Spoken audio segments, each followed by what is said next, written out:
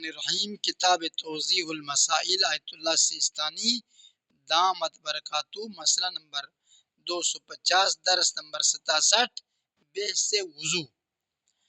مسئلہ نمبر 250 میں یہ ہے کہ یہ ضروری نہیں کہ سر کا مسح اس کے کھال پر، جلد پر کیا جائے، بلکہ سر کے اگلے حصے کے بالوں پر مسح کرنا بھی درست ہے۔ جیسے خواتین کے بال لمبے ہوتے ہیں، یا جو جوان لڑکے ہیں وہ بھی بال کیا رکھتے ہیں، لمبے رکھتے ہیں، سر کو ادھر پھیرائے گا ادھر پھیرائے گا، ٹھیک ہے نہیں۔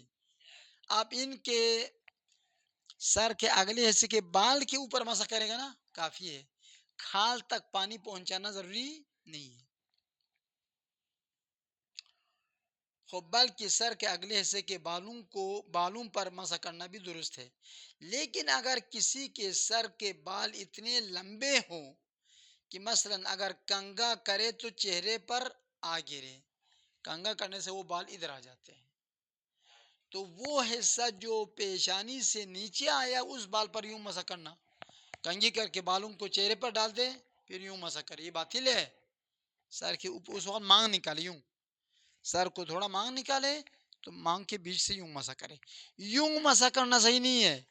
یہ جو انگلیوں کو یوں پاس کرتے یوں کرتے، کھجلنا تو نہیں ہے، مسح کرنا ہے، یوں کرو، یہ 3 انگلی یوں رکھو، یوں دیکھو، یوں کھینچو، یوں کہنا صحیح نہیں ہے، خارج آئے تو یوں کرو، مسح تھوڑا ہے یہ۔ خوب، یا سر کے کسی دوسرے حصے تک جا پہنچے، مثلا کنگھی کرنے سے یہ سر کے بیچ والا بال اتنا لمبا ادھر پہنچ جاتا ہے، اور وہ بال جو ادھر پہنچا وہ یوں مسح کرے، وہ صحیح نہیں ہے، بلکہ مانگ نکال کے سر کے بیچ والے حصے پر مسح کرے۔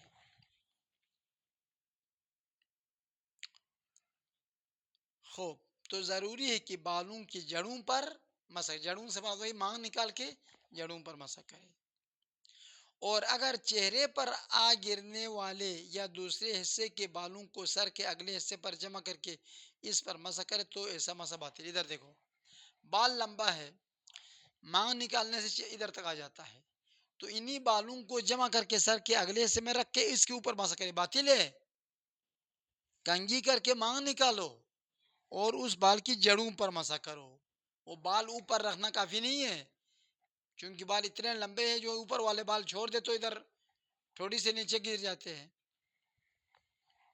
جس طرح کچھ لوگوں کی داڑھی جو ہے نا وہ زیادہ لمبی ہونے کی وجہ سے مسئلہ ہو جاتا ہے۔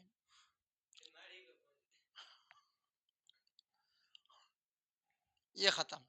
مسئلہ نمبر 251، سر کے مسح کے بعد وضو کے پانی کی تری اسی تری سے جو ہاتھوں میں باقی ہو، پاؤں کی کسی ایک انگلی سے لے کر پاؤں کے جوڑ تک مسح کرنا ضروری۔ غور کرو، جوڑ تک، جہاں سے پنڈلی اور یہ پیر جدا ہوتے نا، یہ اس حصے اس جوڑ تک لانا چاہیے، ٹخنوں تک،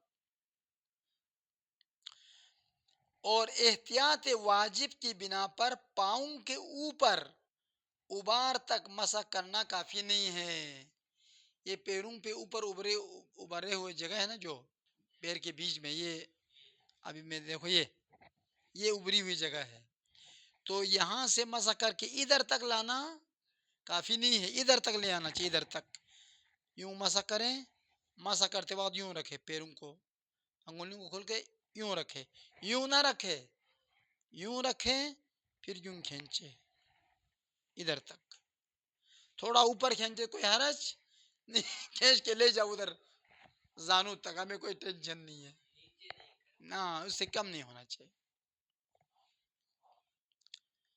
خوب، یہ بات تمام۔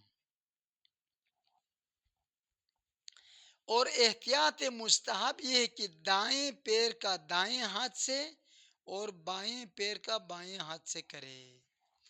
آیت اللہ سیستانی کے نزدیک ایک ہی ہاتھ سے دونوں پیر کا مسح صحیح ہے، لیکن مستحب ہے کہ دائیں پیر کا مسح دائیں پیر ہاتھ کی ہتھیلی سے ہو اور بائیں پیر کا مسح بائیں پیر کے ہاتھ کی، یہ مستحب ہے، کہا ہے، واجب بنا پر ان بنا کہ ایک ہی ہاتھ سے دونوں پیر کا مسح کر سکتے ہیں. مثلا بائیں ہاتھ سے دائیں پیر کا مسح پہلے کرو، اس کے بعد بائیں پیر کا مسح کرو تو بھی ٹھیک ہے، لیکن بہتر یہ ہے کہ دائیں پیر کا دائیں ہاتھ سے اور بائیں پیر کا بائیں ہاتھ سے.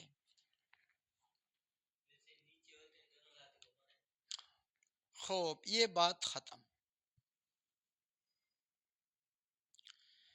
مسئلہ نمبر 252، پاؤں پر مسح چوڑائی میں جتنا بھی ہو کافی. ایک لکیر کھینچے کافی ہے چوڑائی میں. لمبائی تو بتا دیا پیروں کے ٹخنوں تک، لیکن چوڑائی میں کافی ہے جتنے میں ایک انگولی کے حد تک وہ کافی ہے. پاؤں پر مسح چوڑائی میں جتنا بھی ہو کافی ہے، لیکن بہتر ہے کہ 3 ملی ہوئی انگلیوں کی چوڑائی کے برابر ہو. یہ 3 ملی ہوئی انگلیوں کی چوڑائی کے برابر مسح کرے. تو یہ پورے ہتھیلی سے مسح کرے تو ٹھیک ہے، چاروں سے مسح کرے. اور اس سے بہتر یہ کہ پاؤں کے پورے اوپر کا حصہ پوری ہتھیلی سے کیا جائے، یہ بہت بہتر ہے.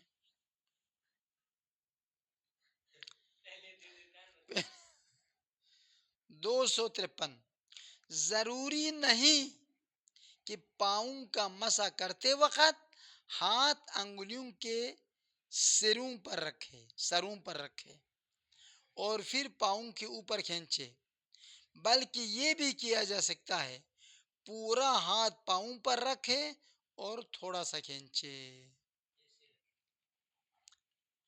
ابھی دیکھو یہ پیروں کا یہ انگلیوں کا سرا ہے، یہ پیر ہاتھ ادھر رکھ کے یوں کھینچنا ضروری نہیں ہے، بلکہ یوں کرے.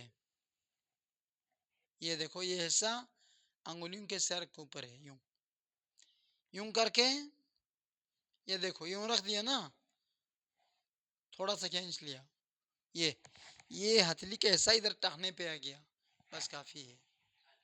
پورا یوں کرنا ضروری نہیں ہے.